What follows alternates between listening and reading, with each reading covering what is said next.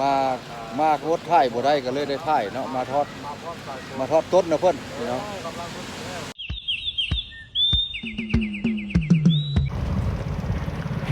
สบายดีเมื่อสุคนมื้อนี้สิพาพี่พี่น้องไปเบิ่งเพิ่นไปทอดต้นเนาะที่ว่าอยู่วัดโพสีเนาะสายทางเลขที่13พี่น้องมีหยังก็ไปติดตามมื้อนำกันเนาะสิมีทีมงานก็หลายคนเนาะทอดต้นสามัคคีเนาะก็สิมีมหาไส้โบรพาก็มีเนาะหลายบ่อนหรือว่านาแกเคียหรือว่าวังมะขาวหรือว่าปักเป้งดอนมาไหลมาหมดทีมงานเนาะพี่น้องมีหยังก็ไปติดตามมื้อนำกันพี่น้องไปกันเลยพี่น้อง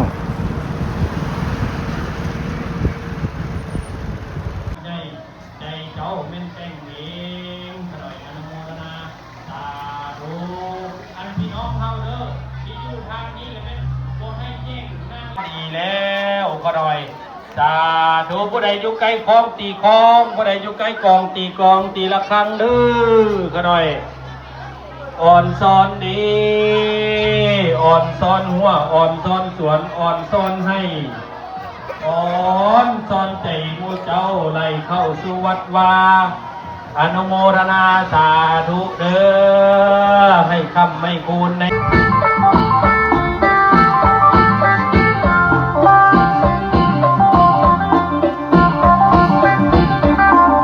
สร้างบรรยากาศในการให้ต้นให้กันเนาะ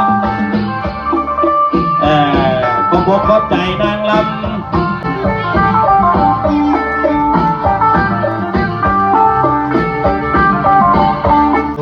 สาธุคำพูน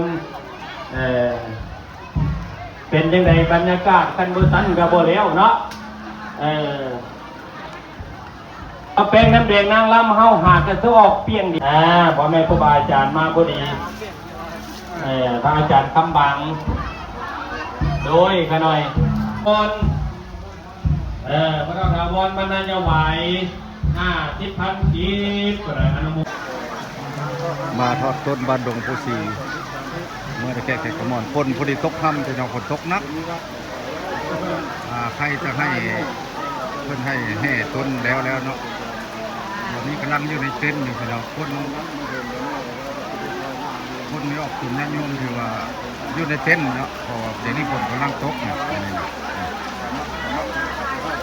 ตอนนี้นะบ่าย3 โมงพี่น้องสาธุเด้อพี่น้องเขาที่ทางหอดกองกระดิ่งอยู่ทางเต็นท์กระดิ่งก็หน่อยบ่ได้ยินเสียงกับขออภัยนำกำลังอ่านชื่อที่ว่าก็ยอดพี่น้องอันนี้จะเป็นทอดต้นเนาะแต่ละบ้านเนาะ